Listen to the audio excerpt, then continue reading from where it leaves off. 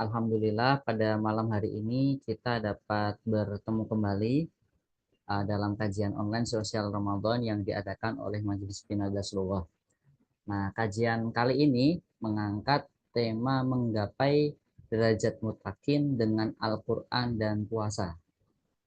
Mutakin itu orang yang bertakwa. Nah, yang insya Allah akan disampaikan oleh Ustadz Sakho Fairuz Adabi. Sebelumnya, perkenalkan saya Mu'ainuddin, alumni Ponpes Darul Falah Surati Pusat Bank Sri Jepara yang akan menjadi moderator pada malam hari ini. Baiklah, sebelum kita mulai, saya bacakan susunan acara pada kajian malam hari ini. Acara pertama yakni pembukaan, acara kedua pengenalan Majelis Pinadah Seluruh, acara yang ketiga pembacaan CV dan profil narasumber, acara keempat penyampaian materi oleh narasumber, acara kelima sesi tanya jawab, acara terakhir closing statement, doa penutup dan foto bersama. Sebelum kita mulai, mari kita buka kajian pada malam hari ini dengan bacaan umum kitab Al-Hadiniyah As-Shalihah Al-Fatihah.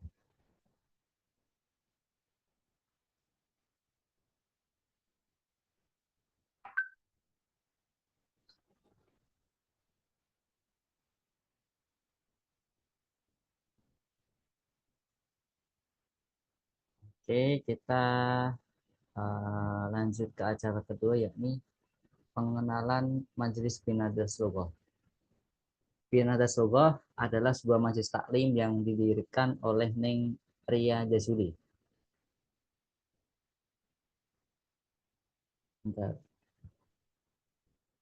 Nah, seorang alumni Amsalati dan Manbaul Quran yang berasal dari Sampang, Madura, Jawa Timur. Beliau bernama Ning Lailatul Badriatus Sofa yang menggagas dan mengkoordinir sejumlah alumni Amsalati Pusat dari seluruh Nusantara untuk bergabung dalam majelis taklim online ini. Visi dan misi Pinadah Seluruh adalah untuk mensyiarkan karya-karya Abah Yai Taufikul Hakim melalui media online guna memperkenalkan Amsalati lebih luas pada masyarakat umum, wabil khusus masyarakat Indonesia bahkan dunia. Selain itu, Binadars juga menyelenggarakan program kursus Amsalati online, Loghah Arabi dan Tahsin Quran yang terbuka untuk umum. Jadi bukan cuma kursus Amsalati saja. Dalam hampir 2 tahun berdirinya, Binadar setelah menarik banyak pendaftar dari berbagai kalangan, mulai dari anak-anak, ibu rumah tangga, remaja tertarik untuk mengaji di Binadar Seluruh Suli. Setelah beberapa bulan berdiri, Binadars memperoleh izin operasional dari Koordinator Wilayah Madura, serta dukungan dari pengasuh Ponpes Darul Falah Satu Pusat, yakni Kiai Haji Taufikul Hakim. Dengan izin dan dukungan tersebut, Binadars kini telah diakui dan terdaftar secara resmi sebagai Yayasan Pendidikan oleh Kementerian Pendidikan Indonesia. Selanjutnya saya bacakan profil narasumber pada malam hari ini, yakni Al-Ustadz Muhammad Sakho Fairuz Adabi. Beliau lahir di Wonosobo 20 Februari tahun 1997. Alamatnya di Wonosobo, Jawa Tengah.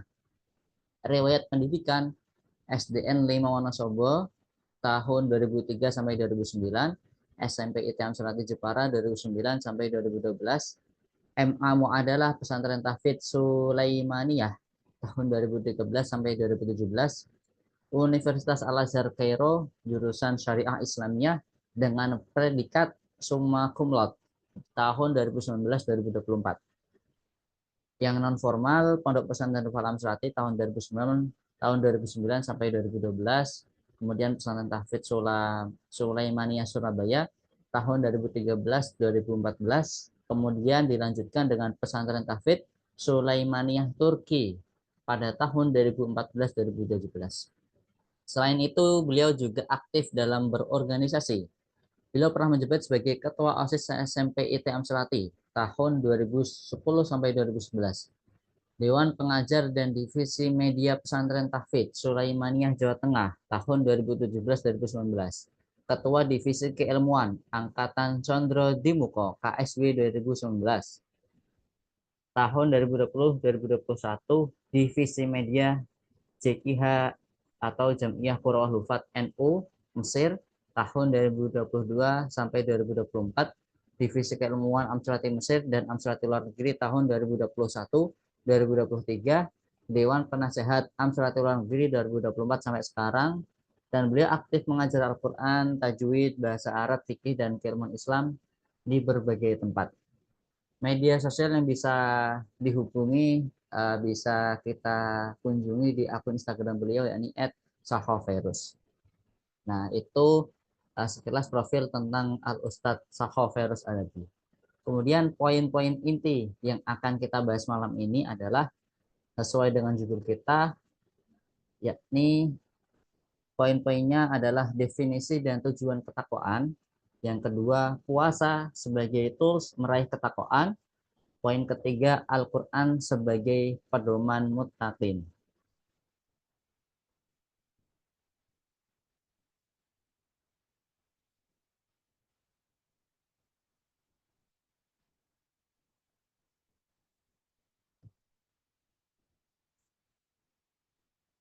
Sebentar ya.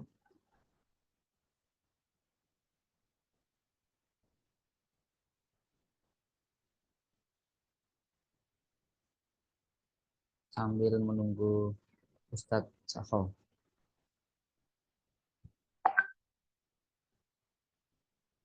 Ya, mungkin ya beliau masih bersiap. Mungkin sesuai tema kita pada malam hari ini, yakni menggapai derajat mutakin dengan Al-Quran dan puasa. Bagaimana kita ya menjadi orang yang bertakwa melalui wasilah Al-Quran dan puasa, nantinya akan dijelaskan oleh Ustadz Sakho Ferus Adabi.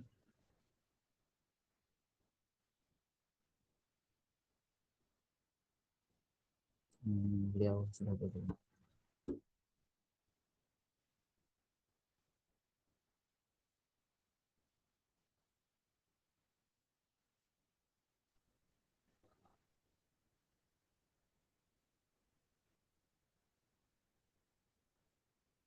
Assalamualaikum Ustadz Sakho.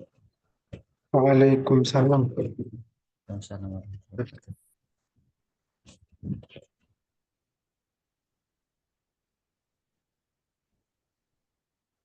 Suara saya kedengeran?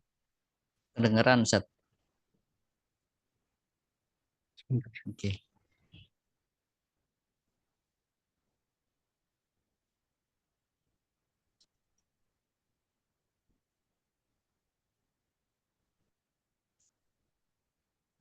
Jelas ya? Oke, jelas Ustadz. Ya.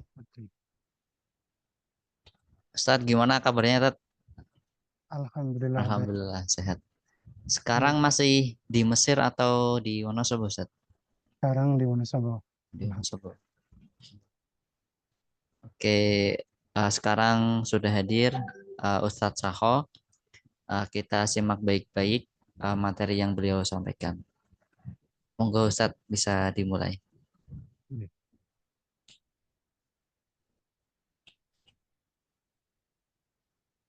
Saya izin share screen ya.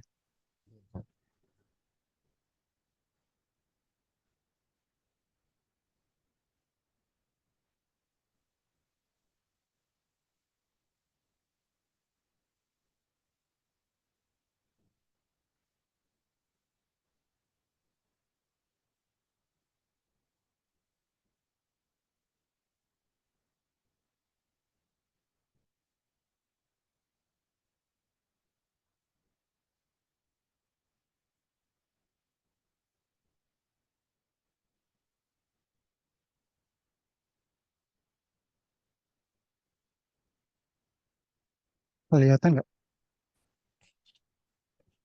Oke, kelihatan Ustadz. Yes.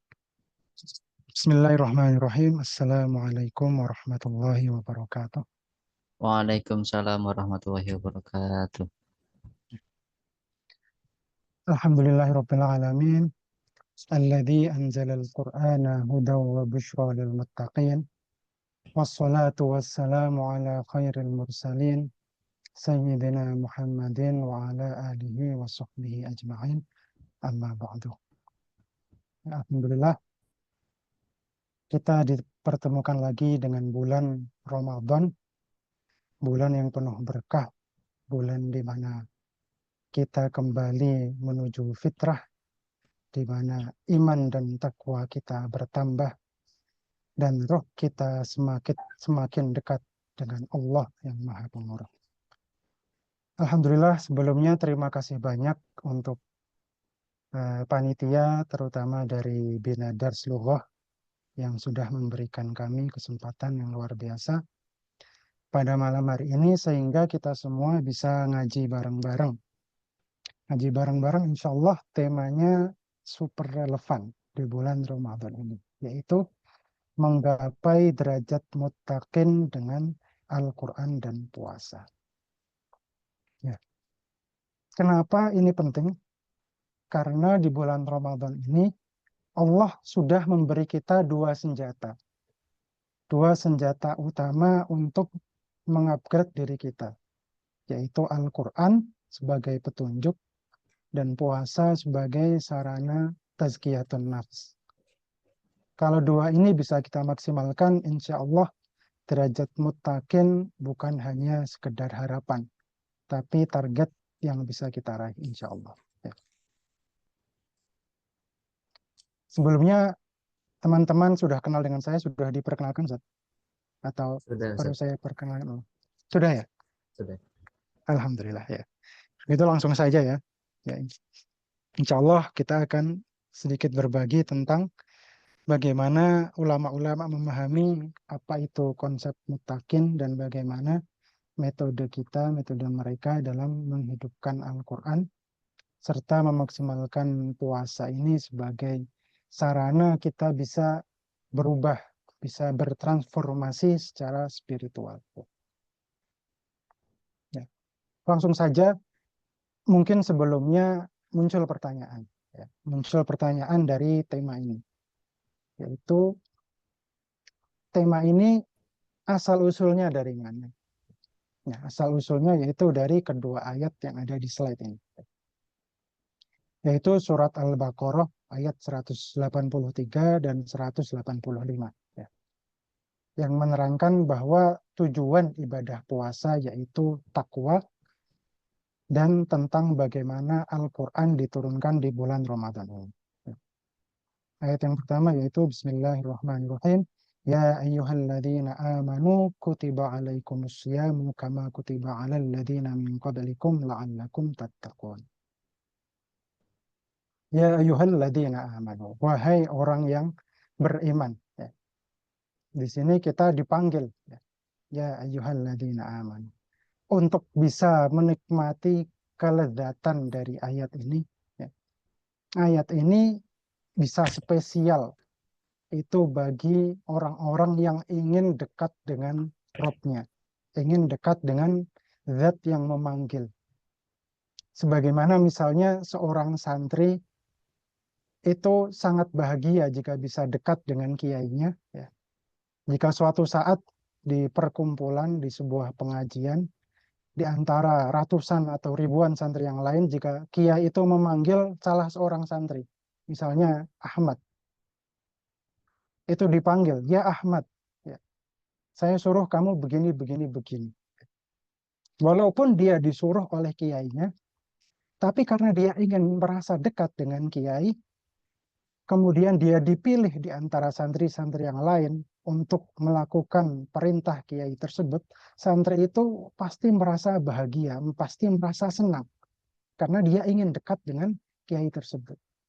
Nah, kita ya, sebagai seorang mukmin patutnya merasa sangat bahagia dipanggil oleh Allah Subhanahu wa Ta'ala, diberikan sebuah titah.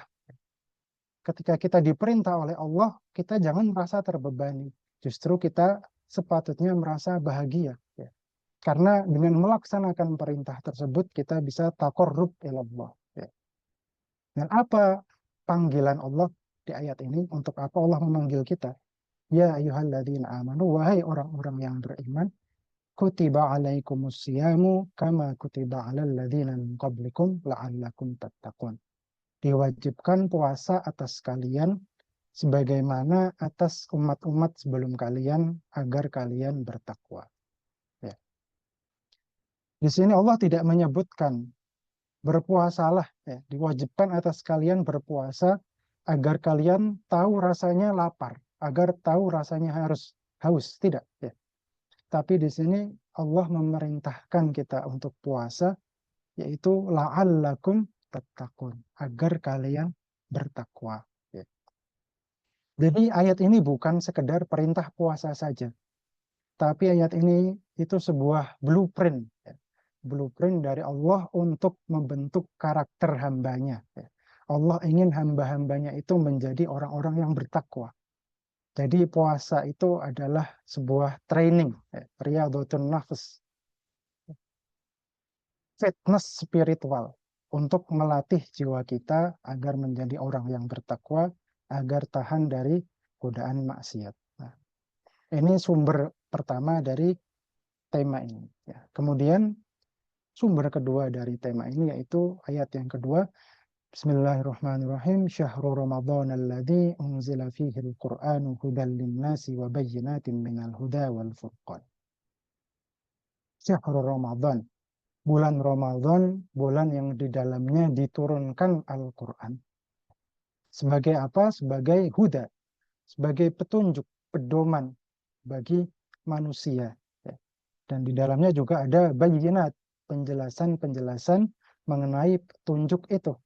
Dan pembeda, Al-Furqan, yang membedakan agar kita tahu mana yang hak, mana yang batil, mana yang baik, mana yang buruk. Ya. Jadi dari kedua ayat ini, kita bisa melihat adanya hubungan, adanya link antara puasa Ramadan, antara ketakwaan, dan antara Al-Quran. Ketiganya ini saling berkaitan. Di mana di bulan Ramadan ini kita diwajibkan untuk puasa. Ya. Dan di bulan Ramadan ini diturunkan Al-Quran. Kemudian kenapa kita perlu berpuasa, yaitu untuk membentuk ketakwaan. Dan ketakwaan ini perlu kita jalani sesuai dengan ajaran-ajaran Al-Quran.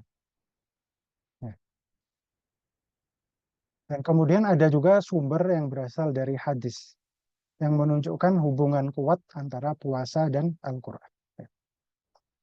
Qala Rasulullah sallallahu alaihi wasallam, as-siyamu wal Qur'anu yashfa'ani lil abdi. Rasulullah sallallahu alaihi wasallam bersabda bahwasanya puasa dan membaca Al-Quran itu akan memberi syafaat bagi seorang hamba di hari kiamat. Yaqulus siyam, puasa berkata, amalan puasa hamba itu berkata, Ay Rabb, inni mana'tuhu at-ta'ama wasyahawati bin nahar, fasyaffi'ni fihi. Wahai Rabb, wahai Tuhanku, aku telah menahannya dari makan dan syahwat di siang hari, maka terimalah syafaatku untuknya. Wa yaqulul Qur'an, mana'tuhu an-nawma bil-lail, fasyaffi'ni fihi. Al-Quran juga berkata, aku menahannya dari tidur di waktu malam, maka terimalah syafaatku untuknya. Ya. Keduanya, baik puasa maupun Al-Quran, itu memintakan syafaat, ya, agar mereka bisa memberi syafaat kepada hamba yang mengamalkannya. Kemudian Rasulullah SAW bersabda, fayashfa'an. Kemudian keduanya diterima syafaatnya.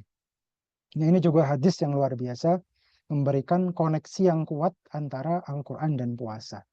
Jadi bisa kita bayangkan bahwa puasa itu sebagai penjaga, ya.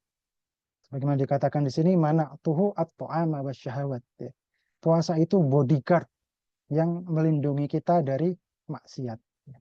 Sementara Al-Quran itu pedoman, GPS, ya. GPS yang bisa mengarahkan kita ke surga, bisa mengarahkan kita menuju ridho Allah Subhanahu wa Ta'ala.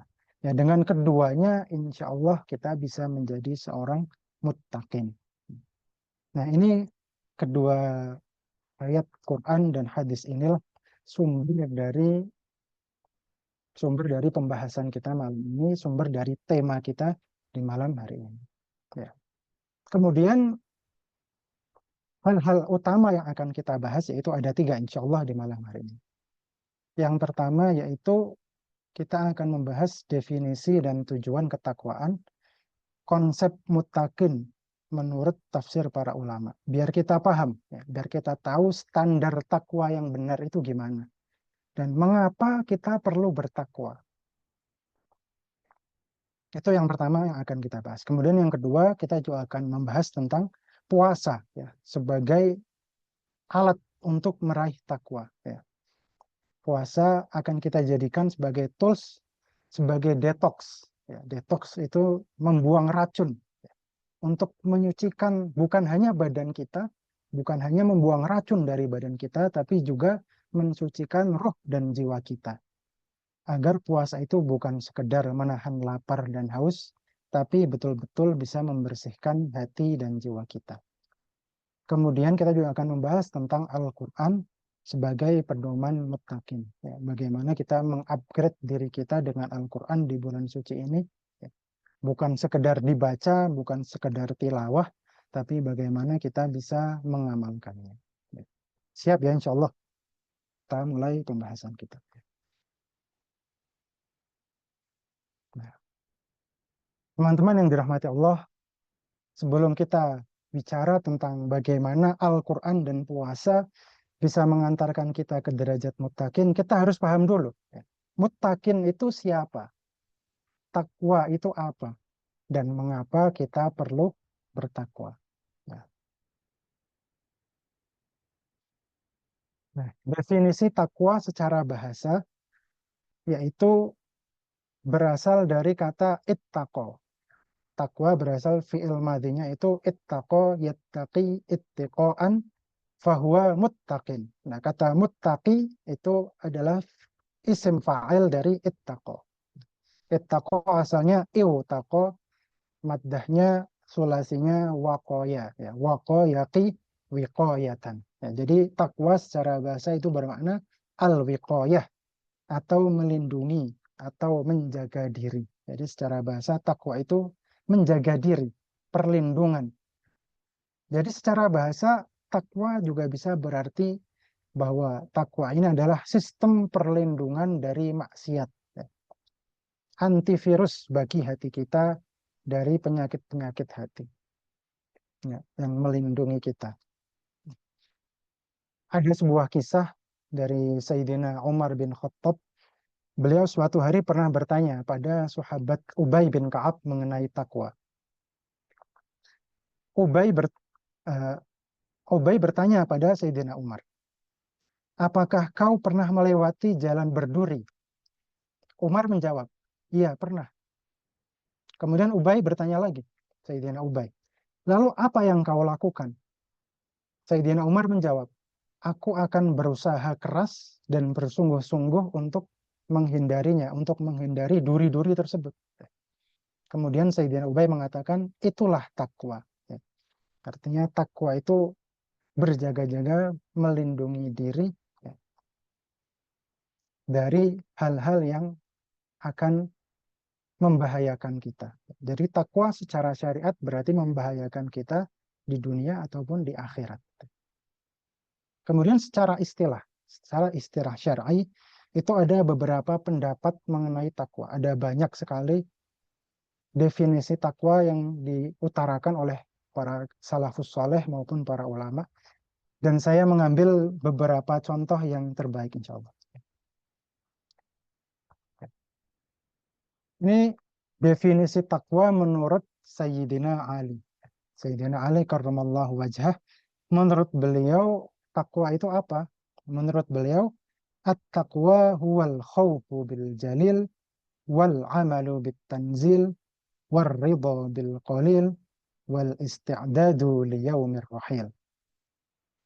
Ya. Ini luar biasa definisi dari beliau. Jadi at-taqwa huwal khawfu bil jalil. Takut kepada Allah yang Maha Agung. Bukan hanya takut kepada neraka saja, tapi yang lebih utama itu takut kepada Allah, takut mengecewakan Allah Subhanahu wa taala takut tidak mendapatkan ridha Allah Subhanahu wa taala. Kemudian wal amalu bitanzil, mengamalkan at-tanzil, yaitu Al-Qur'an yang diturunkan, wahyu yang diturunkan. Jadi Quran bukan hanya dibaca saja, tapi perlu diamalkan, perlu dijalankan. Ini juga berhubungan dengan tema ketiga nanti, bahwa takwa itu perlu pengamalan yang sesuai dengan syariat, sesuai dengan Al-Quran. Waridho bil qalil. Dan takwa juga berarti bersyukur, ridho atas segala pemberian Allah meskipun itu sesuatu yang kecil. Meskipun itu sesuatu yang kecil, kalau kita ridho, itu juga bisa disebut takwa. Wal isti'dadu liyaumir rahim. Dan bersiap menghadapi hari kepergian. Hari kita pergi dari dunia ini, hari kematian. Karena hidup ini hanya sementara. Akhirat itu tujuan akhir. Kehidupan abadi itu tujuan akhir kita. Maka kita perlu mempersiapkan di dunia ini untuk hari kepergian kita. Nah, persiapan itulah takwa. Karena juga Allah Subhanahu wa taala ngendika berkata, wa tazawwadu fa inna khairaz zadit taqwa. Bekal terbaik untuk perjalanan keabadian kita di akhirat yaitu takwa. Ya, itu definisi takwa menurut Sayyidina Ali. At-taqwa huwal khawfu bil jalil wal amal bit tanzil wal ridha bil qalil wal isti'dadu liyaumir rahim. Kemudian saya ambil juga satu lagi definisi takwa menurut seorang ulama dari kalangan tabi'in, ya. Dari namanya Tolak Ibnu Habib. Menurut beliau takwa itu at-taqwa huwal amal bi ta'atillah ala nurin minallah raja'a rahmatillah. Wa taqwa tarku ma'asillah ala nurin minallah makhafata adzabillah. Jadi takwa itu al-amal bi ta'atillah. Sebuah amal ketaatan kepada Allah. Taat kepada Allah melaksanakan segala perintahnya. Ala nurim minallah, berdasarkan cahaya dari Allah, roja'a rahmatillah, dan mengharapkan rahmat Allah. Dan takwa juga bermakna tarku ma'asillah, meninggalkan bermaksiat kepada Allah berdasarkan cahaya dari Allah dengan perasaan takut dari azab Allah. Ya. Jadi menurut beliau takwa itu adalah amalan ketaatan kepada Allah. Al-amal bi ta'atillah. Dan juga tarku ma'asillah, meninggalkan kemaksiatan. Jadi menjalankan segala perintah Allah dan menjauhi segala larangannya. Jadi takwa itu harus berupa amal perbuatan. Tidak cukup hanya dalam hati atau ucapan saja. Jadi takwa bukan hanya rasa takut saja, tapi takwa juga ada prakteknya, pengamalannya, yaitu melaksanakan perintah Allah dan menjauhi larangannya. Atas dasar apa? Ala nurim minallah. Jadi takwa ini harus didasarkan cahaya dari Allah. Maksudnya cahaya yaitu Al-Quran. Maksudnya cahaya yaitu Al-Quran. Artinya ketika kita menjalankan perintah Allah dan menjauhi larangannya, itu harus sesuai dengan Al-Quran. Harus sesuai dengan ilmu syariat. Ya. Harus ittiba, mengikuti sunnah Rasulullah Sallallahu Alaihi Wasallam. Ja'a rahmatillah wa makhafata adzabillah. Takwa ini juga harus didasari keikhlasan. Ketika melakukan amal, itu harus berdasarkan keikhlasan melakukannya karena Allah, bukan karena tendensi yang lain. Jadi, ia menjalankan ketaatan karena murni mengharapkan pahala Allah semata. Wa rahmati wasi'at kulla syai' fas'aktubuha lilladina yattaqun. Bahwa rahmat Allah itu sangat luas, akan diberikan kepada hamba-hambanya yang bertakwa. Juga meninggalkan maksiat itu karena takut dari azab Allah. Wattaqullah innallaha syadidul 'iqab. Bertakwalah kepada Allah karena sesungguhnya azab Allah itu sangat pedih. Jadi kita juga bertakwa itu juga karena takut akan azabnya Allah. Nah, itu dua definisi syariat secara syar'i tentang takwa. Ya, itu sangat penting baik dari ta'rifnya Sayyidina Ali maupun ta'rifnya Thalaq bin Habib. Setelah kita tahu apa itu takwa, maka kita perlu tahu juga ya, mengapa kita perlu bertakwa. Mengapa kita perlu bertakwa? Buat apa sih kita takwa? Kenapa kita harus takwa? Ya, yang pertama, takwa ini adalah risalah pokok para nabi. Sebagaimana kita diperintahkan untuk mengikuti para nabi, meneladani para nabi, dan karena risalah pokok mereka adalah ketakwaan, maka kita perlu mengikutinya. Qul in kuntum tuhibbunallaha fattabi'uni yuhibbukumullah. Ya, sebagaimana bisa dilihat di sini, para nabi dan rasul semua itu diutus agar kaumnya bertakwa. Di sini sejak dari Nabi Nuh, idz qala lahum akhuhum Nuhun ala tattaqun. Idz qala lahum akhuhum Hudun ala tattaqun. Idz qala lahum akhuhum Salihun ala tattaqun. Idz qala lahum akhuhum Lutun ala tattaqun. Idz qala lahum Syu'aibun ala tattaqun. Ya, mulai dari Nabi Nuh hingga Nabi Muhammad SAW, ya, umat-umat terdahulu sampai Rasulullah itu memerintahkan umatnya untuk bertakwa. Walaqad wassayna alladziina utul kitaba min qablikum wa iyyakum anittaqullah. Ya, menuntut dan memerintahkan umatnya untuk bertakwa, untuk mewujudkan takwa. Maka kita perlu mengikuti syariat mereka, ya, syariat utama dari para nabi ini, karena mereka diutus agar kita manusia ini bertakwa kepada Allah Subhanahu wa taala. Itu yang pertama. Kemudian yang kedua, dengan takwa, jika kita meraih takwa, kita bisa meraih cinta dan rahmat Allah Subhanahu wa taala. Apalah lagi yang lebih membahagiakan seorang hamba dibandingkan dia mendapatkan cinta dari Allah Subhanahu wa taala. Innallaha yuhibbul muttaqin. Sesungguhnya Allah mencintai orang-orang yang bertakwa. Masa nggak mau kita dicintai oleh Allah Subhanahu wa taala? Seorang hamba itu melakukan banyak amal tujuannya agar berharap diridhoi oleh Allah Subhanahu wa taala, meraih cintanya, ya, meraih cinta dari Allah Subhanahu wa taala. Dan ini nikmat yang sangat besar, yang paling besar menurut saya.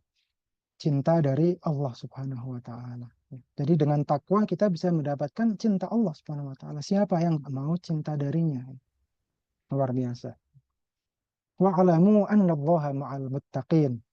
Dan dengan takwa juga kita bisa mendapatkan kebersamaan, bisa mendapatkan ma'iyah dengan Allah Subhanahu wa taala.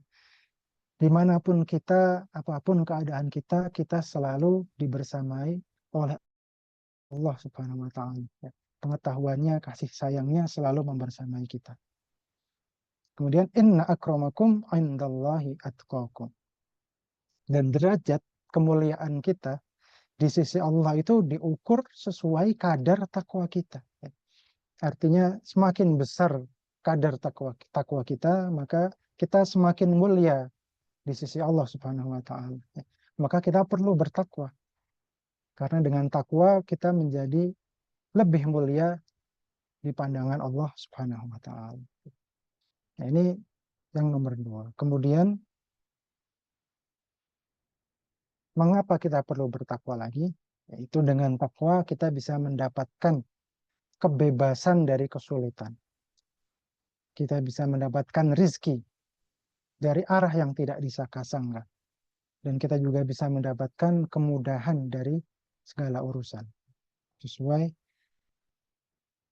yang difirmankan oleh Allah Subhanahu wa taala, "Wa may yattaqillaha yaj'al lahu makhraja wa yarzuqhu min haitsu la yahtasib." Ya, di ayat selanjutnya juga wa may yattaqillaha yaj'al lahu min amrihi yusra. Ya, barang siapa bertakwa kepada Allah, niscaya dia akan memberinya jalan keluar dari setiap kesulitan dan memberinya rezeki dari arah yang tidak disangka-sangka.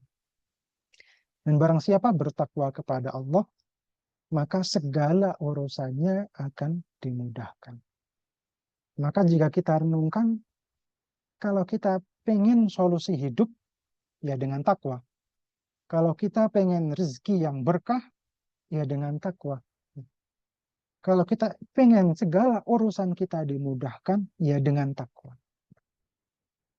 Dan rezeki yang diberikan kepada orang yang bertakwa itu bukan hanya uang, ya, bukan hanya materi saja. Rezeki itu juga bisa berupa ketenangan hati, ilmu yang bermanfaat, teman yang soleh, dan sebagainya. Wa yarzuqhu min haitsu la yahtasib, dan akan diberikan rezeki dari arah yang tidak disangka-sangka. Dan rezekinya pasti berasal dari arah yang halal. Tidak mungkin orang yang bertakwa rezekinya diperoleh dari cara-cara yang haram atau cara-cara yang kotor. Kalau ada yang bertanya, bisa saja kan ada orang yang bertakwa tapi kok rezekinya seret, kelihatannya bukan orang yang kaya.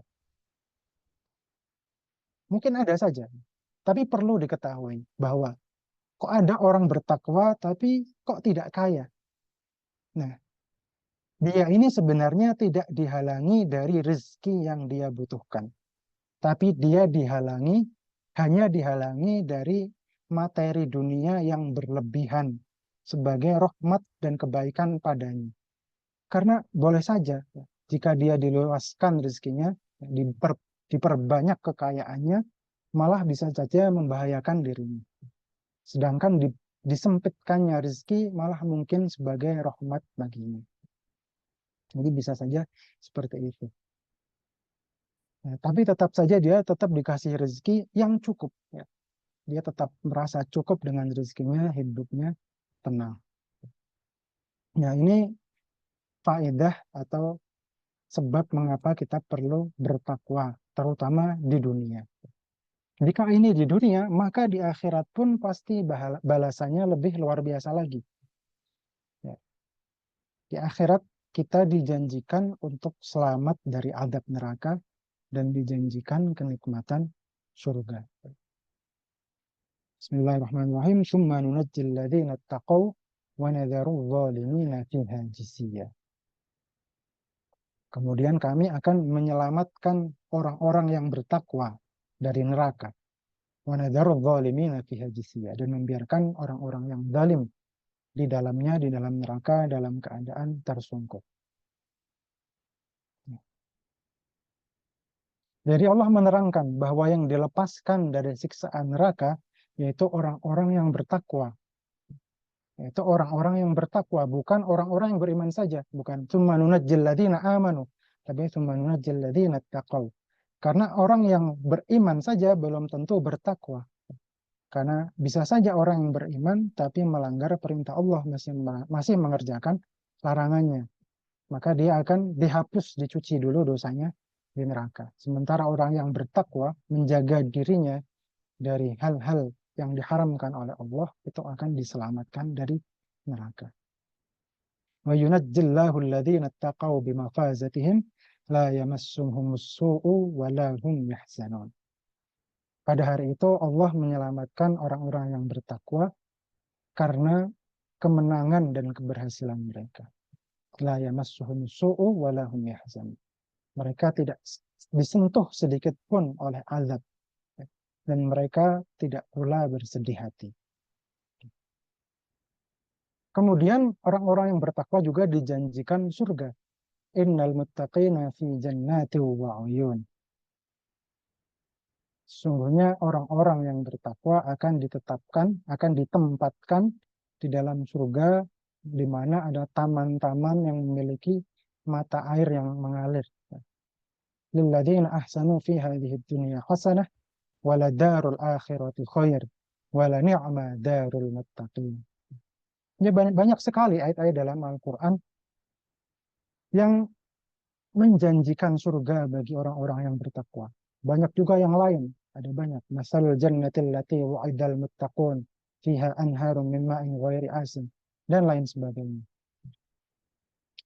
Ya, maka setelah kita mengetahui tujuan-tujuan dari takwa, yaitu bahwa takwa ini adalah risalah pokok para nabi, dan dengan cinta dan rahmat Allah, juga kita bisa mendapatkan kebebasan dari kesulitan, dimudahkan rezekinya, dimudahkan segala urusannya, juga di akhirat selamat dari azab dan dijanjikan surga, maka jelas sekali seberapa pentingnya takwa ini. Ya. Dan juga menjadi jelas bahwa inti dari setiap ibadah dan amal kita yaitu untuk mencapai takwa. Lalu bagaimana kita bisa mencapai takwa? Nah, ini pertanyaan utamanya. Bagaimana kita bisa mencapai takwa? Nah, Allah Subhanahu wa taala sudah memberi kita alat, sudah memberi kita tools gimana agar kita bisa menggapai takwa dan menjadi muttaqin. Apa itu alatnya? Ya, puasa. Puasa sebagai tools meraih takwa. Sebagai umat Islam, kita tentu punya tujuan besar di kehidupan ini, yaitu mencapai derajat takwa. Nah, untuk mencapainya, Allah tidak membiarkan kita berjalan tanpa petunjuk. Allah memberikan kita alat agar membantu kita bisa mencapai takwa. Dan alat tersebut yaitu puasa. Nah, kita kembali lagi ke ayat yang pertama kita baca di awal. Bismillahirrahmanirrahim. Ya ayyuhalladzina amanu kutiba alaikumusiyam kama kutiba alal ladzina min qablikum la'allakum tattaqun. Ya. Wahai orang-orang beriman, diwajibkan puasa atas kalian sebagaimana atas umat sebelum kalian agar kalian bertakwa. Jadi di sini la'allakum tattaqun. Di sini kebanyakan sudah belajar amsilati belum? La'alla itu temannya inna wa akhwatuha termasuk la'alla, dan la'alla bermakna tarojji, secara ghalib bermakna tarojji atau mengharap sesuatu yang mungkin. Kalau kita biasanya mengartikan sebagai semoga. La'allakum tattaqun, apakah artinya semoga kalian menjadi orang-orang yang bertakwa. Wahai orang-orang beriman, puasalah semoga kalian menjadi orang yang bertakwa. Kita perlu tahu, ayat ini adalah kalam dari Allah Subhanahu wa taala. Jika ini kita katakan taroji atau mengharap, Allah mengharap pada siapa? Maka la'alla di sini tidak mungkin kita artikan taroji. Allah tidak mungkin mengharap. Maka para ulama menafsirkan la'alla di sini bermakna ta'lil. Ta'lil yaitu sebagai sebab. Wahai orang-orang beriman, berpuasalah kalian karena dengan puasa kalian bisa mendapatkan takwa. Ya, la'allakum tattaqun. Dengan sebab puasa kalian bisa mendapatkan takwa. Atau juga bisa bermakna tahqiq. Artinya pasti. Jika kalian puasa, kalian pasti akan bertakwa. Artinya di sini puasa adalah alat untuk meraih takwa. Jadi bisa kita bayangkan. Misalnya ada orang pengen jadi tukang bangunan. Pasti butuh alat-alat. Ya, ada palu, gergaji, sekop, meteran, dan sebagainya. Nah, puasa itu yaitu alat-alat ini untuk membangun sebuah bangunan. Nah, dan untuk membangun bangunan, kita juga membutuhkan blueprint, membutuhkan denah yang dibuat oleh arsitek. Nah, blueprint ini yaitu Al-Quran.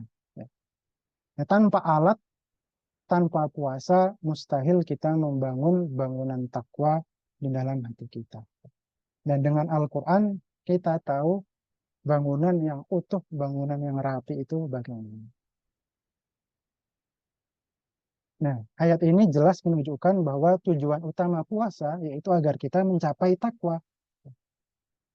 Tapi, kalau kita misalnya sudah 1 bulan penuh, bulan Ramadan, sudah ibadah puasa, namun di akhir bulan kita belum merasakan peningkatan ketakwaan. Kalau gitu kita harus bertanya pada diri sendiri, apakah puasa kita itu sudah sesuai dengan apa yang Allah kehendaki atau belum? Karena ibarat seseorang bekerja 1 bulan, ya, bekerja 1 bulan penuh, tapi di akhir bulan tidak digaji, ya, itu pasti ada yang salah. Begitu juga dengan puasa. Kalau kita sudah puasa 1 bulan penuh, tapi di akhir Ramadan takwa kita belum meningkat, berarti ada sesuatu yang kurang di dalam ibadah kita, ada sesuatu yang salah. Nah, maka bagaimana menjadikan puasa kita bisa meningkatkan takwa? Nah, pertanyaan besarnya, puasa yang bagaimana yang bisa mengantarkan kita menuju takwa? Apakah cukup puasa kita dengan meninggalkan makan, minum, hubungan suami istri saja ya? Seperti halnya puasa di dalam hukum fikih. Ya. Syarat sahnya puasa yaitu meninggalkan atau rukunnya puasa meninggalkan hal-hal yang membatalkan puasa. Apakah cukup dengan itu saja? Padahal kita sendiri sudah mendengar hadis dari Rasulullah SAW, sebuah hadis yang sangat masyhur, rubba sha'imin hadduhu min siyamihi al-ju'u wal atash. Betapa banyak orang yang puasa, namun yang ia dapatkan dari puasanya hanya rasa lapar dan haus. Terus apa makna dibalik semua ini? Mengapa amalan puasa orang tersebut tidak dianggap? Padahal dia sudah susah payah menahan dahaga, sudah susah payah menahan lapar dari terbit fajar hingga terbenamnya matahari. Nah, untuk mencapai puasa yang seutuhnya, itu ada hal-hal yang perlu kita hindari selain makan dan minum. Agar puasa kita itu sempurna. Agar kita bisa mendapatkan faedah-faedah dari puasa. Yang semua itu akhirnya mengantarkan kita pada tujuan utama, yaitu takwa.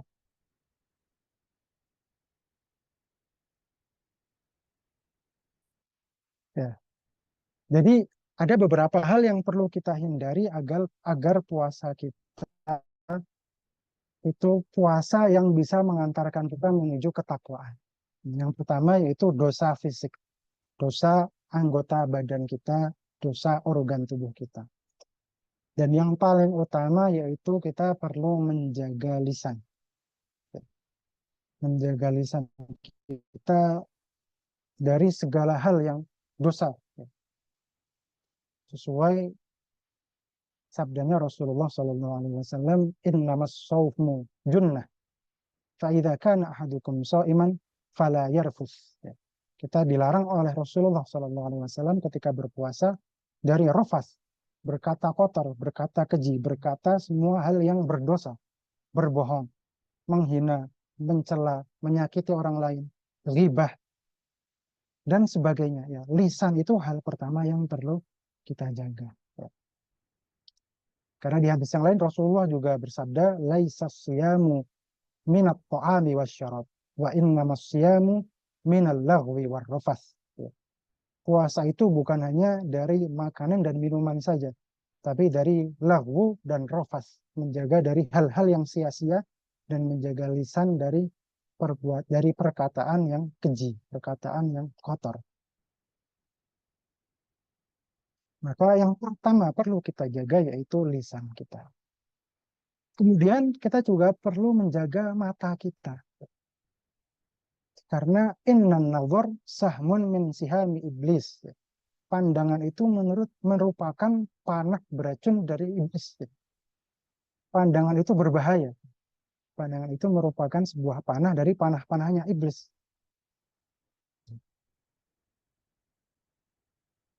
Kata Rasulullah SAW, man tarakahu makhofati abdaltuhu imanan yajid halawatahu fi qalbi. Barang siapa yang menundukkan pandangannya karena Allah, maka dia akan menggantinya dengan keimanan yang dapat ia rasakan manisnya di dalam hati.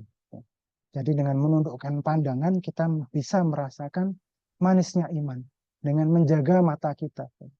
Apalagi di zaman sekarang, ini sangat sulit menjaga mata ya. Ada TikTok, ada Instagram, scroll-scroll sedikit-dikit, maksiat sedikit-sedikit, orang joget-joget, konten sia-sia banyak sekali. Ya. Itu perlu kita jaga, kita kurangi, terutama saat berpuasa. Ya. Sangat penting menjaga mata kita. Kemudian kita juga perlu menjaga telinga. Menjaga telinga dari mendengar ghibah, dari mendengar musik yang haram. karena sebagaimana atau apapun yang haram diucapkan itu juga haram dari didengar. Ya. Ada sebuah syair mengatakan wasam'aka sun an sama'il qabihi ka sawnil lisani anin nutqi bihi fa innaka 'inda sama'il qabihi syarikun liqa'ilihi fantabihi. Jagalah pendengaranmu dari mendengarkan kejelekan. Wasam'aka sun an sama'il qabihi kasaunil lisani anin nutqi bihi. Sebagaimana engkau menjaga lisanmu dari mengucapkan kejelekan itu. Fa innaka 'inda sama'il qabihi, sesungguhnya ketika engkau mendengarkan kejelekan, syarikun liqa'ilihi fantabihi. Itu artinya engkau telah berserikat dengan orang yang mengucapkannya dalam dosanya maksudnya. Fantabihi, maka waspadalah. Itu juga perlu kita hati-hati menjaga telinga. Kemudian menjaga perut. Menjauhkan perut dari berbuat dosa. Menjaganya dari masuknya barang haram atau syubhat. Jadi nggak ada makna puasa yaitu menahan diri dari makanan yang halal. Kita menahan diri dari makanan yang halal dari terbit fajar sampai terbenam matahari. Kemudian berbuka dengan makanan yang haram. Itu sebuah kebodohan. Karena makanan yang halal itu kita kurangi saat puasa, kita hindari, itu karena makanan yang halal mendatangkan mudarat jika dimakan berlebihan. Makanan yang halal ibarat obat. Kita tidak makan berlebihan takut overdosis. Puasa mengurangi makan makanan yang halal. Jika orang meninggalkan obat takut overdosis, tapi malah makan racun. Nah, makan makanan yang haram itu seperti makan racun. Maka itu orang yang bodoh. Nggak makan obat kebanyakan karena takut overdosis. Tapi malah makan racun.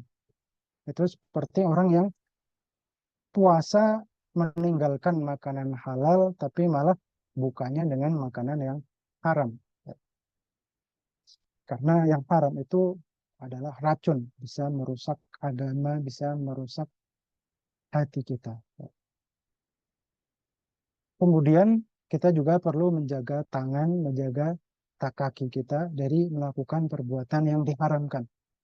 Seperti menyakiti makhluk Allah Subhanahu wa taala, mengkhianati amanah, mencuri atau menulis sesuatu yang diharamkan. Kita juga perlu menjaga kaki kita dari berjalan menuju tempat-tempat yang diharamkan tanpa alasan darurat atau terpaksa seperti itu.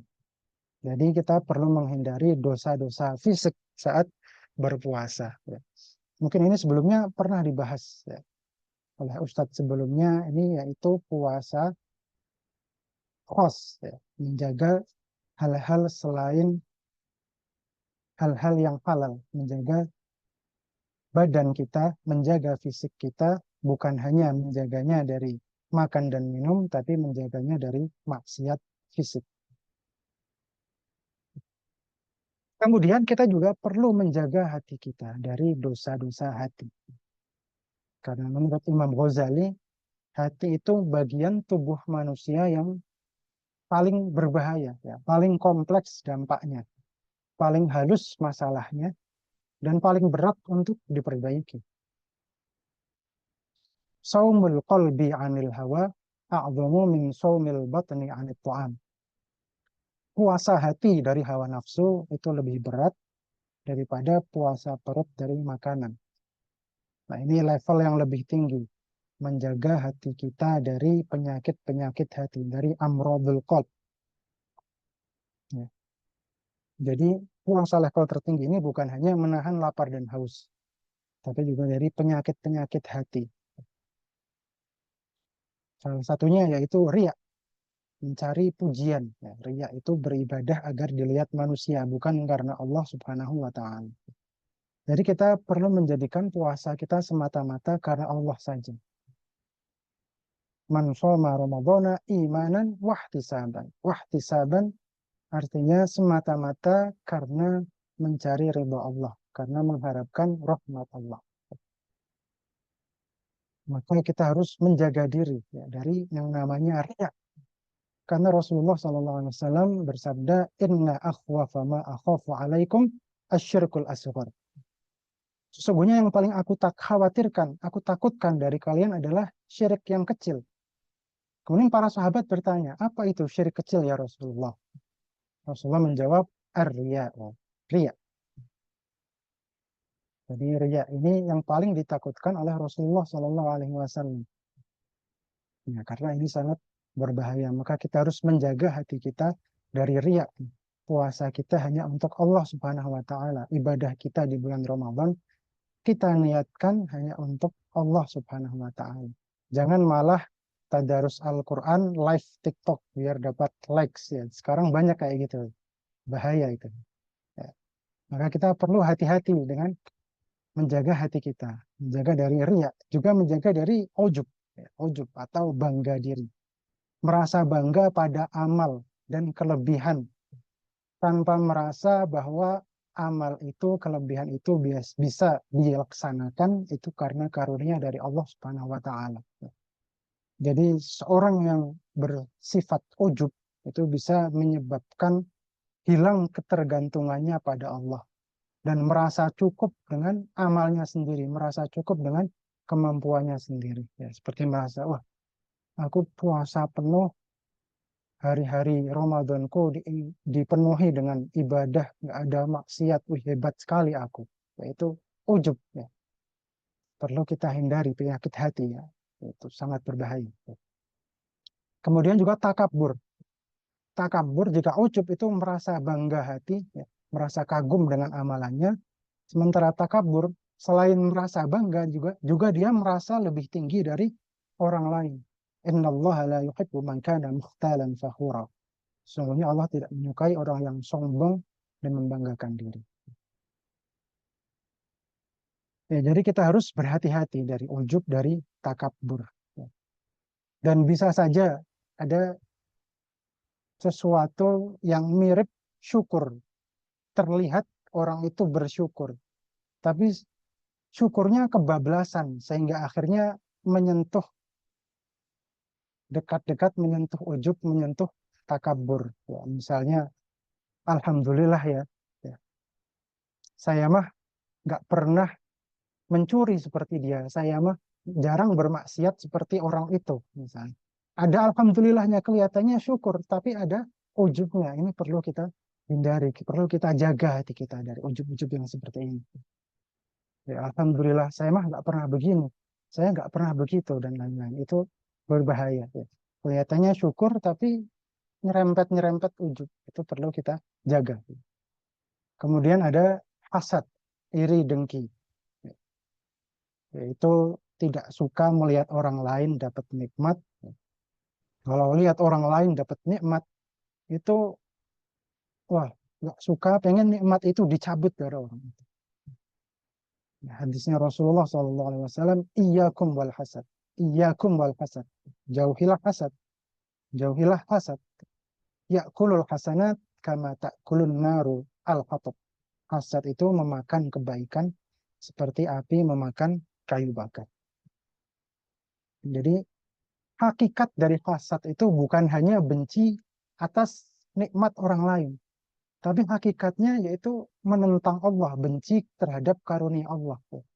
Karena Allah sudah berkehendak, sudah dengan iradahnya menginginkan nikmat terhadap hamba tersebut. Sementara hasad membuatnya senang akan hilangnya nikmat tersebut dari saudaranya. Padahal Allah benci jika nikmat itu hilang, kan Allah sudah berirodah, berkehendak nikmat itu diberikan pada saudaranya. Jadi hasad itu hakikatnya menentang qadha dan qadarnya Allah Subhanahu wa taala. Nah, ini dosa-dosa hati yang paling utama ya, yang harus kita hindari. Juga ada dosa-dosa hati yang lain seperti hubbud dunya, cinta dunia berlebihan dan lain sebagainya. Maka ya, perlu kita jaga hati kita dari amrodul qalb. Kalau kata Imam Ghazali, tingkatan tertinggi dari puasa itu puasa khawasul khawas, itu menahan hati dari memikirkan selain Allah. Ya mungkin itu sangat berat ya, kita mungkin tidak bisa sampai derajat itu. ya minimal kita menjaga hati kita dari penyakit-penyakit hati yang ini.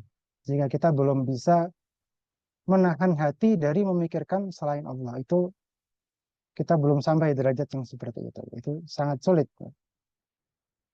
Maka setidaknya, ya, setidaknya kita menahan hati kita dari dosa-dosa hati ini.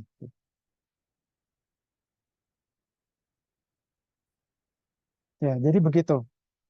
Kalau kita berpuasa, kita diharapkan menghindari hal-hal ini, ya, dosa fisik maupun dosa hati.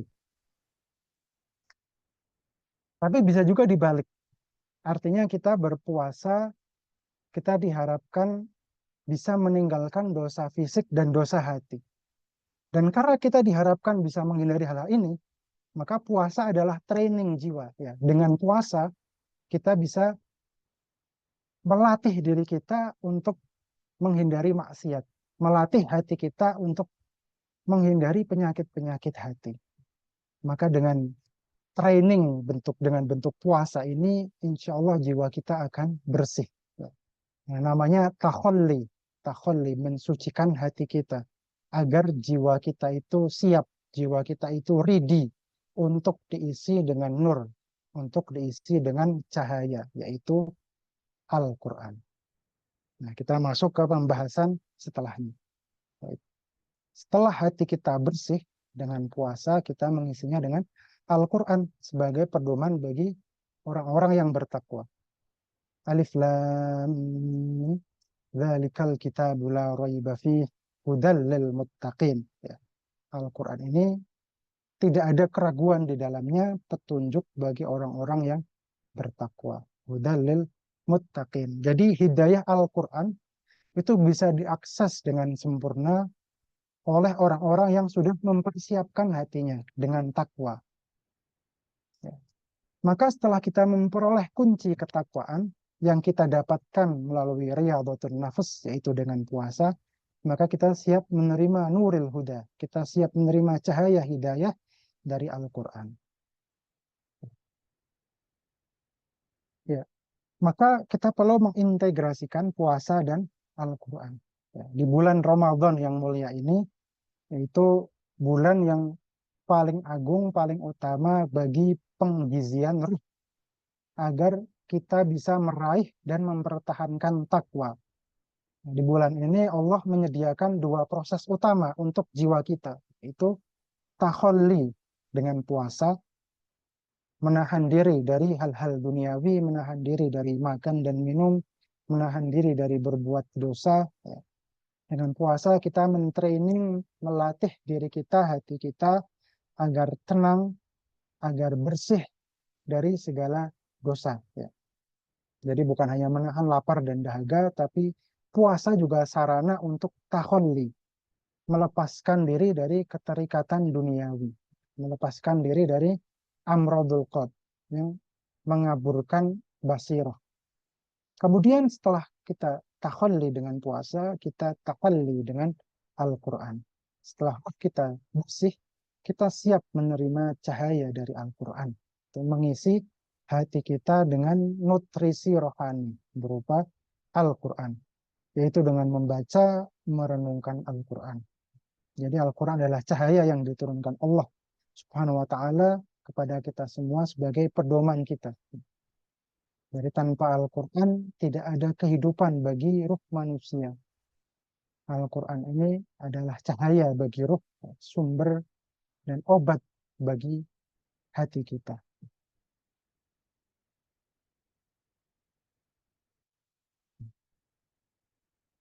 Kita kembali lagi ke ayat yang awal lagi.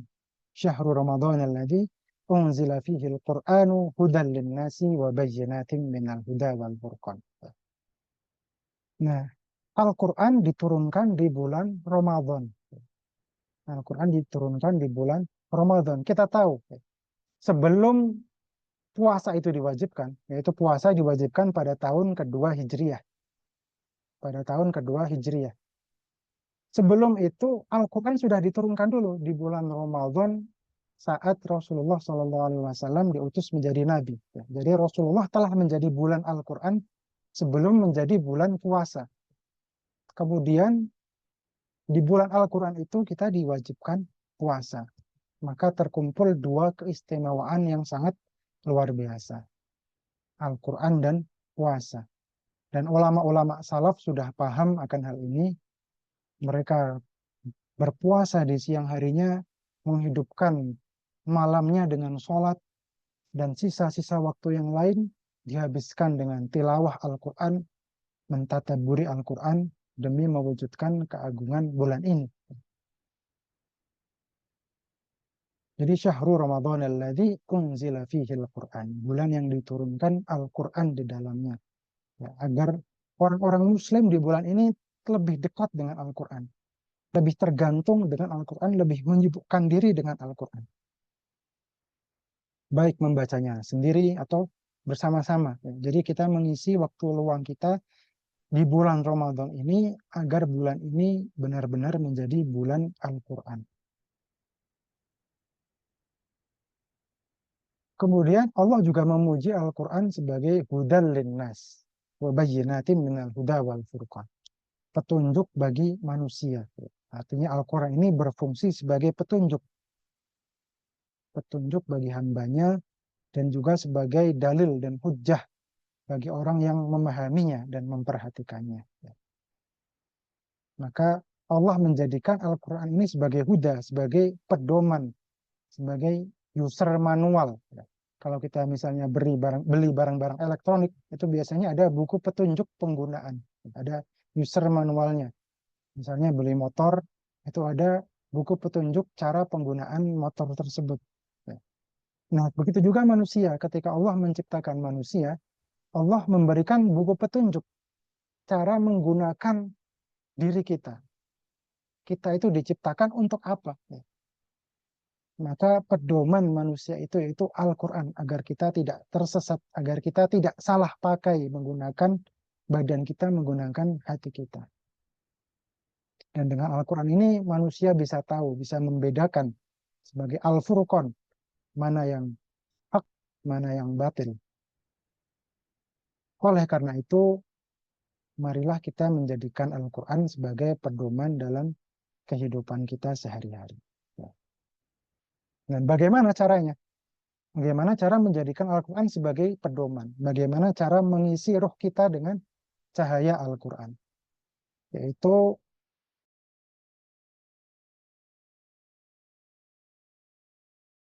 3T. Tilawah, tadabbur, dan tatbik. Level pertama yaitu tilawah. Membaca Al-Quran dengan tartil. Membaca dengan tajwid. Warattilil Qur'ana tartila.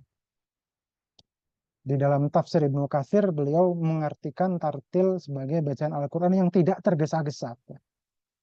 Jadi bacanya itu pelan-pelan dengan berniat agar bisa mentadaburinya, agar bisa memahami isinya. Walaupun kita tidak bisa bahasa Arab, misalnya kita belum bisa bahasa Arab, belum paham isi Al-Quran. Nah, membaca Al-Quran itu sudah bernilai ibadah, baik dibaca sedikit maupun banyak. Ya, karena bernilai ibadah, membacanya pun harus dalam keadaan suci. Jadi terlepas kita memahami maknanya atau tidak, membaca Al-Quran itu sudah bernilai ibadah. Seperti halnya sholat, membaca sholawat, berzikir, itu bernilai ibadah meskipun yang mengerjakan tidak mengerti artinya. Walaupun manfaatnya itu tidak sebanyak kita mengetahui artinya. Namun perintah membaca tetap ada. Rattilil Qur'ana tartila. Level pertama yaitu kita perlu tilawah, perlu memperbanyak membaca Al-Quran terutama di bulan Ramadan. Karena perintah membaca Al-Quran itu bertebaran di dalam Al-Quran. Seperti faqra'u ma tayassara min. Bacalah apa yang mudah dari Al-Quran. Itu level pertama, yaitu dengan tilawah. Karena dengan tilawah saja, insya Allah hati kita lebih terang, ya, hati kita lebih bercahaya. Tapi kalau mau naik level, ya, level 2, yaitu kita perlu tadabbur, merenungkan makna setiap ayat yang dibaca. Jadi tidak hanya puas dengan khatam saja, tidak hanya puas dengan membaca saja, tapi kita menggali hikmah di balik kata-kata suci tersebut. Ya. Memahami konteksnya, ya, menjadikan ayat-ayat tersebut memberi kita pelajaran untuk kehidupan kita sehari-hari. Karena tujuan Al-Quran sendiri itu juga untuk ditadaburi. Kitabun anzalnahu ilaika mubarakun liyadabbaru ayatih waliyatadzakkar ulul albab. Jadi kitab ini, katanya Allah Subhanahu wa taala, firman Allah Subhanahu wa taala, anzalnahu ilaika mubarakun, kami turunkan kepadamu dengan penuh berkah, liyadabbaru ayatih, supaya kalian mentadabburinya, supaya kalian memperhatikan ayat-ayatnya. Waliyatadzakkar ulul albab. Nah, setelah kita tadabbur, maka kita bisa mendapatkan pelajaran. Nah, bahkan Imam Zarkashi di dalam Al-Burhan beliau mengatakan, man lam yakun lahu ilmun wa fahmun wa taqwa wa tadabbur lam yudrik min ladzatil Qur'ani syai'a. Man lam yakun lahu ilmun wa fahmun wa tadabbur. Siapa yang tidak punya ilmu dan pemahaman dan tadabbur, lam yudrik min ladzatil Qur'ani syai'a. Dia tidak akan merasakan kelezatan Al-Qur'an. Karena kelezatan hakiki dari Al-Quran itu bisa kita rasakan, bisa kita cicip kalau kita mentadaburinya.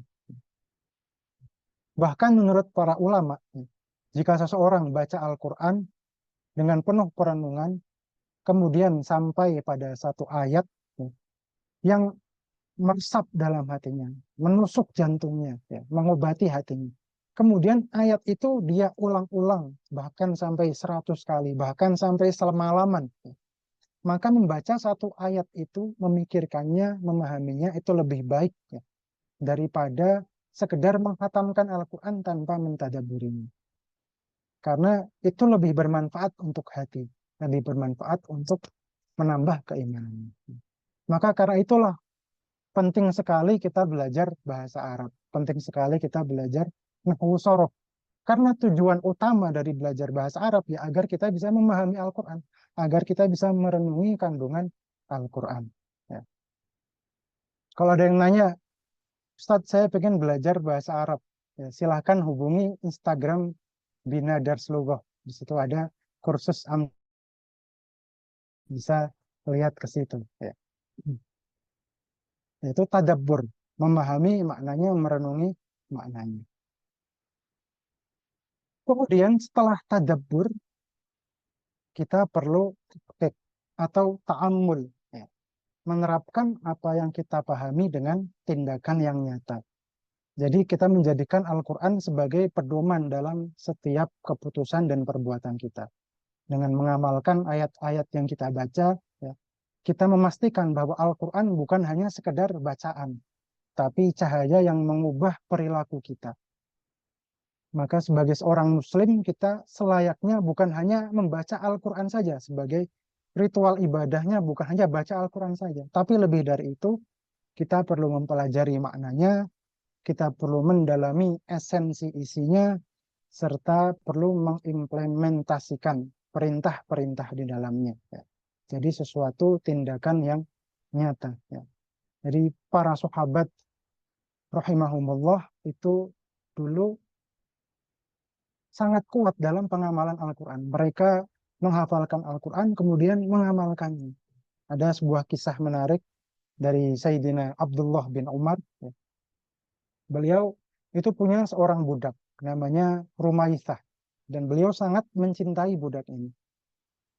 Pada suatu hari beliau mendengar ayat, Lan tanalul birra hatta tunfiqu mimma tuhibbun.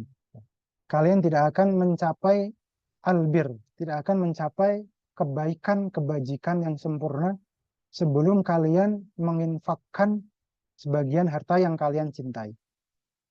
Setelah membaca ayat ini, beliau langsung memerdekakan Rumaisah, memerdekakan budak yang paling dia sukai. Demi Allah, aku mencintaimu di dunia, maka pergilah, kau adalah perempuan yang merdeka, kata beliau. Karena Allah Azza wa Jalla, karena meneladani atau mengamalkan ayat tersebut. Jadi itulah contoh yang patut kita tiru. Kita baca, kita pahami, kita amalkan. Jadi kita jadikan Al-Quran itu sebagai petunjuk yang mendorong kita untuk bertindak, bukan untuk dibaca saja. Dan dengan kita memahami Al-Quran, dengan kita menerapkan Al-Quran, insya Allah kita bisa menciptakan keseimbangan, kesuksesan, kebahagiaan di kehidupan dunia dan akhirat. Ya, jadi kita ringkas ya, apa yang sudah kita pelajari, apa yang sudah kita pahami di pengajian malam ini ya. Jadi bagaimana caranya kita mengintegrasikan Al-Quran dan puasa agar kita meraih derajat muttaqin. Yaitu kita perlu memahami takwa dan tujuannya. Ya, kita tahu pentingnya takwa. Takwa itu apa? Setelah kita tahu, kita juga paham bagaimana dengan takwa kita bisa mendapatkan kebahagiaan dunia akhirat, dan dengan takwa itu bisa menjadi wasilah mendapatkan cinta Allah Subhanahu wa Ta'ala. Setelah kita bersemangat untuk meraih takwa, kita gunakan puasa sebagai sarana detoks jiwa, ya. Detoks raga dan jiwa kita. Ya. Saat lapar dan haus, ya. Saat kita berusaha menahan lapar, menahan haus, menahan dosa-dosa fisik, menahan penyakit-penyakit hati, ya. Itu perlu menjadi pengingat kita. Momen-momen itu perlu mengingatkan kita bahwa ini adalah bagian dari tazkiyatun nafs, bagian dari membentuk hati yang bersih untuk menerima cahaya. Ya. Sehingga puasa kita bukan hanya lapar dan haus saja, namun bisa membawa manfaat yang banyak, terutama tujuan utamanya, yaitu mendatangkan takwa. Dan yang ketiga, kita perlu memanfaatkan, memaksimalkan bulan Ramadan ini sebagai momentum untuk meningkatkan intensitas tilawah kita, menambah banyak bacaan kita, dan berusaha mentadabburinya. Jadi kita perlu menyisihkan waktu-waktu kosong kita untuk membaca Al-Quran, ya, ditambah kalau bisa memahami isinya, kalau yang sudah bisa bahasa Arab, membaca tafsirnya, kalau yang belum bisa ya mungkin membaca terjemahnya atau tafsir yang sudah diterjemahkan, ya. Dan kemudian mengamalkan ayat-ayat yang kita baca. Jadi bukan hanya sekedar khatam Al-Quran saja, ya, tapi lebih kepada tadabbur. Kalau belum bisa membaca semuanya dengan tadabbur, baca sebagian dengan tadabbur, ya, mendalami makna-makna di dalam Al-Quran. Jadi jangan hanya puas dengan sekedar membaca dan menghafal, kita juga perlu mengulangi, merenungi, dan kemudian mengaplikasikan. Jika ada satu ayat yang terlihat menyentuh hati kita, ya baca berkali-kali. Ya. Ya, karena lebih baik membaca satu ayat dengan mendalam daripada membaca yang banyak tanpa merenungi. Ya. Maka kita perlu memanfaatkan kesempatan yang mulia ini di bulan Ramadan ini, kesempatan untuk membersihkan hati kita dengan puasa, dan kemudian mengisinya dengan Al-Quran. Agar kita keluar dari Ramadan sebagai hamba-hamba Allah yang benar-benar muttaqin, yang tidak hanya meraih takwa, tapi juga mampu menjaga dan mengembangkannya setiap hari dalam kehidupan kita. Semoga Allah Subhanahu wa Ta'ala menjadikan kita termasuk hamba-hambanya yang senantiasa diberikan petunjuk, senantiasa diberikan cahaya dan rahmat oleh Allah Subhanahu wa Ta'ala melalui Al-Quran, serta diberi kekuatan untuk menahan diri dari segala perbuatan yang diharamkannya. Amin ya rabbal alamin. Cukup sekian. Jika ada kesalahan, mohon dimaafkan. Saya serahkan kembali ke moderator. Assalamualaikum warahmatullahi wabarakatuh. Waalaikumsalam warahmatullahi wabarakatuh. Alhamdulillah. Terima kasih sebelumnya Ustaz atas materinya. Oke, baik teman-teman. Sekarang kita lanjut ke sesi berikutnya, yakni sesi tanya jawab. Bagi teman-teman yang ingin bertanya bisa melalui langsung tulis di kolom chat atau bisa menyalakan voice untuk langsung bertanya kepada Ustadz Sahab. Sambil menunggu pertanyaan, saya sedikit menyimpulkan kajian kita pada malam hari ini tentang kurang lebih ada takwa, puasa, dan Al-Quran. Ya, kita yang pertama tadi kita sudah membahas tentang takwa itu sendiri, takwa lughatan, yakni al-wiqayah, yakni sebagai sistem perlindungan diri kita, sistem melindungi diri kita dari maksiat, sistem melindungi fisik kita juga dari segala macam penyakit, itu juga bisa dengan takwa.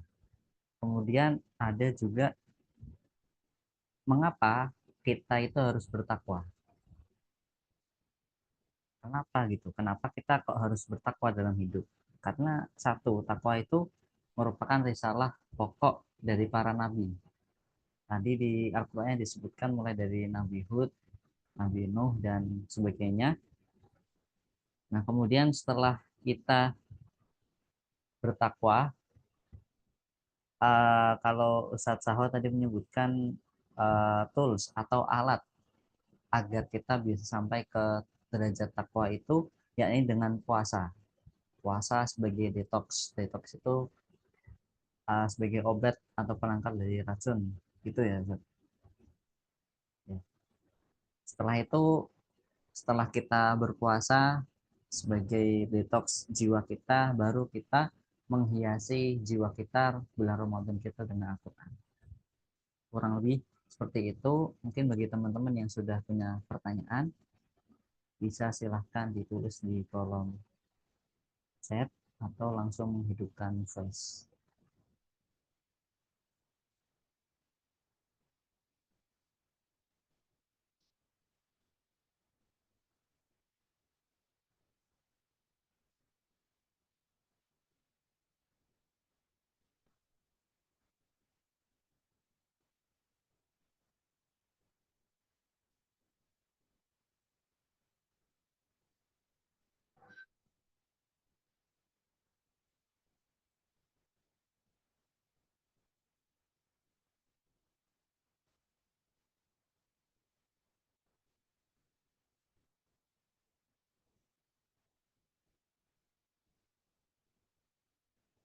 Oke, sebentar Ustaz, ini ada yang bukan.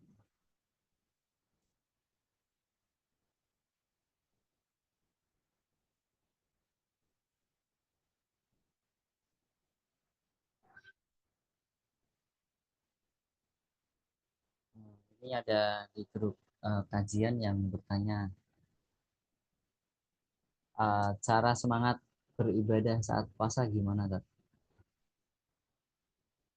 Cara semangat beribadah saat puasa. Ya, cara semangat beribadah saat Saat puasa. puasa. Ya, biasanya kalau kita puasa memang hawanya lemes ya. Hawanya Ya, menahan lapar dan haus itu rasanya lemes ya. Tapi gimana agar kita bisa tetap semangat saat puasa itu mungkin yang pertama kita harus memperkuat niat kita, tujuan kita ya karena setiap aktivitas kalau sudah ada niatnya ya, ini saya niat mau beribadah ya. Saya ingin mendekatkan diri pada Allah pada bulan Ramadan ini insya Allah akan lebih mudah ya. Yang pertama dengan niat ya. Kemudian mungkin kita bisa buat jadwal ibadah harian ya, yang perlu kita laksanakan. Ya. Kalau sudah ada jadwal, misalnya habis subuh saya mau baca Al-Quran 1 juz misalnya. Kemudian mungkin bahkan mungkin bisa sampai duha, nanti sholat duha, nanti lanjut bekerja atau sekolah atau apa. Nanti di waktu-waktu kosong ditulis jadwal, bisa di HP, bisa ditulis di kertas. Kalau sudah ada jadwal, insya Allah itu lebih menyemangatkan kita. Ya. Dan kita mengusahakan ikuti jadwal itu. Kemudian juga kita harus menjaga badan kita, terutama menjaga fisik kita harus sahur ya. Kalau nggak sahur nanti lemes ya. Dan mengakhirkan sahur seperti disunahkan Rasulullah Shallallahu Alaihi Wasallam. Ya, ya mungkin itu. Ya. Niat yang kuat, kita buat jadwal ibadah harian. Ya. Kalau ada jadwal, insya Allah kita lebih semangat. Ya. Dan kemudian jadwal itu perlu kita praktekkan dan menjaga fisik. Ya. Makan makan yang bergizi, jangan lupa sahur. Ya. Mungkin itu agar tetap semangat. Itu dia jawaban tadi gimana tutorial semangat beribadah ketika puasa. Ya satu, kalau kita emang udah niat yang kuat, tekadnya juga kuat, ingin berpuasa semata-mata. Ya untuk beribadah pasti, kalau misal males terus pasti dilawat gitu ya. Dan juga selain itu harus buat target-target sendiri, jadwal schedule harian kita dalam 1 bulan ini, jam ibadah sama jam kerjanya juga harus dipenuhi juga gizi kita dalam berpuasa. Jangan sampai kita nggak sahur, aktivitas kita full sampai malam tapi kita lupa akan asupan gizi gitu. Makanya ya kita masih manusia-manusia yang biasa ya, belum sampai Iya. yang hawas masih perlu nasi dan sebagainya. Kemudian ada pertanyaan di kolom chat ini dari Ustadz Diswoh. Ya Ustadz, Allah. tadi keterangan yang Ustadz sampaikan di antara manfaat puasa adalah sebagai detox. Apakah seseorang yang puasanya diniatkan untuk memperoleh manfaat kesehatan masih bisa masuk ke dalam kategori orang yang bertakwa?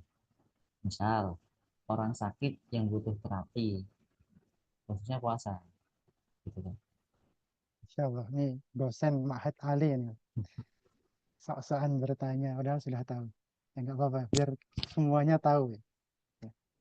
Apakah puasa yang diniatkan untuk memperoleh manfaat kesehatan masih bisa dalam kategori orang yang bertakwa? Tergantung, apakah niatnya hanya itu? Kalau niatnya hanya itu, belum. Tapi kalau niat puasanya untuk mendapatkan ridho Allah, kemudian selain itu kombinasi agar sehat, itu nggak apa-apa. Itu masih masuk kategori orang yang bertakwa. Ya. Jadi kalau hanya untuk mendapatkan manfaat kesehatan saja itu masih belum. Ya. Tapi kalau disertai dengan ridho Allah, ya, kemudian puasa, dia juga merasakan manfaat kesehatannya, justru itu malah bisa lebih lagi mendekatkan diri pada Allah. Bahwa kita paham bahwa dengan puasa ini hikmahnya juga bisa memberikan kita kesehatan. Sumu tasihhu, sebagaimana Hmm. yang disabdakan Rasulullah SAW. Ya, maka itu ya, niatnya perlu dikombinasi, bukan hanya untuk sehat saja, tapi juga perlu dikombinasi niat kita juga untuk ridho Allah Subhanahu wa taala. Berarti niatnya perlu ya dikombinasi double gitu ya. Karena fondasi intinya kan yaitu untuk mendapatkan ridho Allah. Baru di atasnya boleh niat-niat yang lain boleh. Berarti nggak bisa cuman untuk terapi khusus untuk agar sembuh gitu ya. Harus tetap kombinasi niatnya. Kalau itu berarti sama aja kalau puasa-puasa kan ada puasa-puasa modern, Oh iya, intermittent fasting dan lain iya. sebagainya kan ada. Ya. Gitu. Hmm. Oke, apakah sudah jelas Ustadz Isbo untuk jawabannya?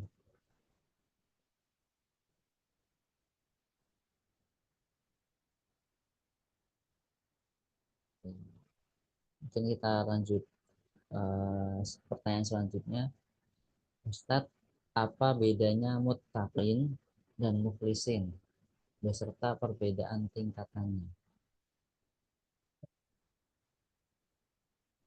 Ya, prakteknya yaitu apa idealnya seseorang itu perlu menjadi mutakin dan mukhlisin. Bedanya itu apa?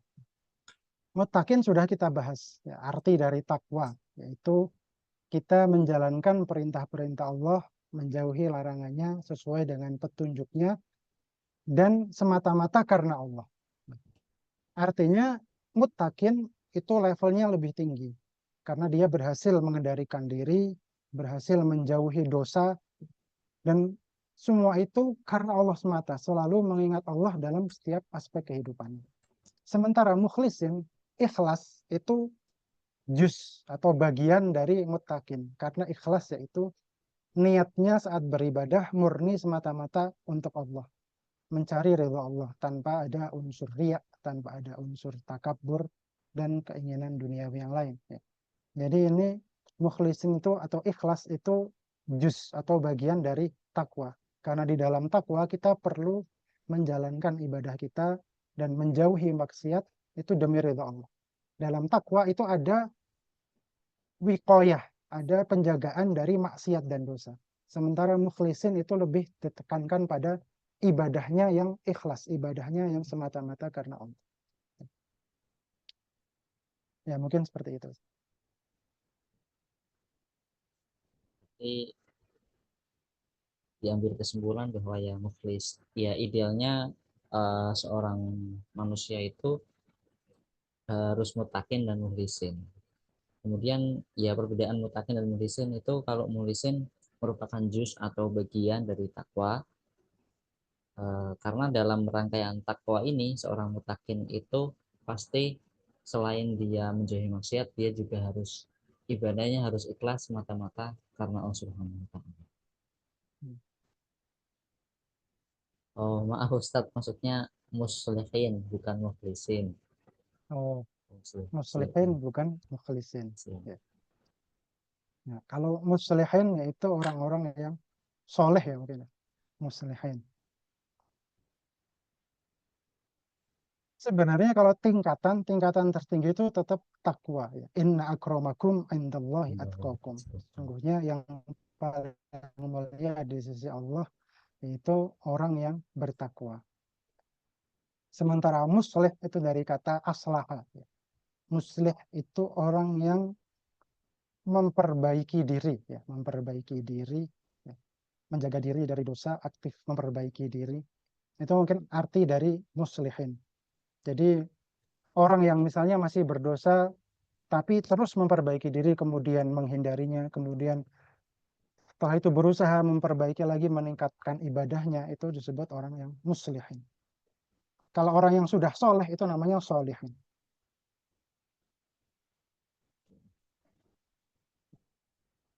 Jadi, apakah sudah jelas dari jawaban Ustadz Sofo atau salah Orang yang lagi? ya, orang yang selalu konsisten atau berusaha memperbaiki diri, muslim.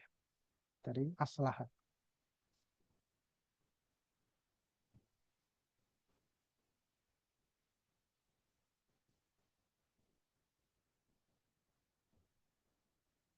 Oke, mungkin sudah cukup jelas. Mungkin kita cukupkan 3 pertanyaan tadi ya, teman-teman. Oke, sebelum kita tutup, mari kita foto bersama dulu. Mungkin teman-teman bisa mengaktifkan kameranya sebentar untuk foto bersama.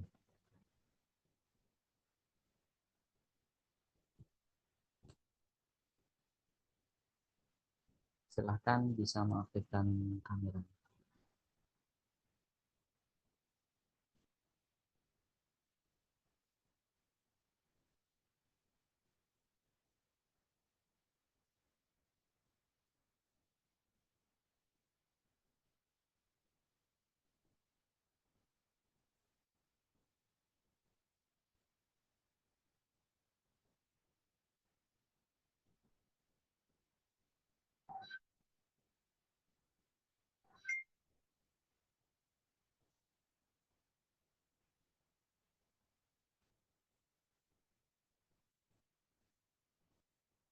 Mungkin kurang, ini ada malu-malu saat untuk mengaktifkan kamera.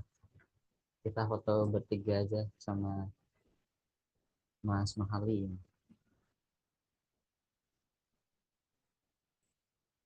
Oke, kita hitung ya. 1, 1, 2, 3. Sebentar.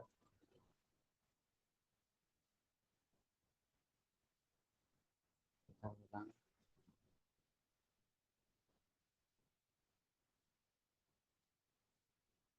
1, 2, 3. 1, 2, 3. Oke, terima kasih. Nah, sebelumnya kami ucapkan pada Ustadz Sahal Khairul yang telah banyak sharing ilmu beliau full tagging. Ya semoga kita bisa menerapkan 3T tadi ya dalam membaca Al-Quran, ya, tilawah, tadabur, dan tahqiq. Ya setidaknya ya ikhtiar kita sesuai porsi kita masing-masing. Kalau yang belum bisa paham nahwu soroh bahasa Arab, bisa untuk membaca terjemahnya. Yang sudah bisa dibaca tafsir Ibnu Katsirnya dan tafsir lain-lainnya gitu. Oke, mari kita tutup ngaji pada malam hari ini dengan bacaan kafaratul majelis. Subhanakallahumma wa bihamdika asyhadu an la ilaha illa anta Assalamualaikum astaghfiruka wa atubu warahmatullahi ilaik. Sebelumnya saya moderator minta maaf atas segala ucapan kesalahan jika ada yang kurang berkenan. Assalamualaikum warahmatullahi wabarakatuh. Waalaikumsalam warahmatullahi. Izin live Mah ya. Oke, Ustaz. Tolong, Ustaz.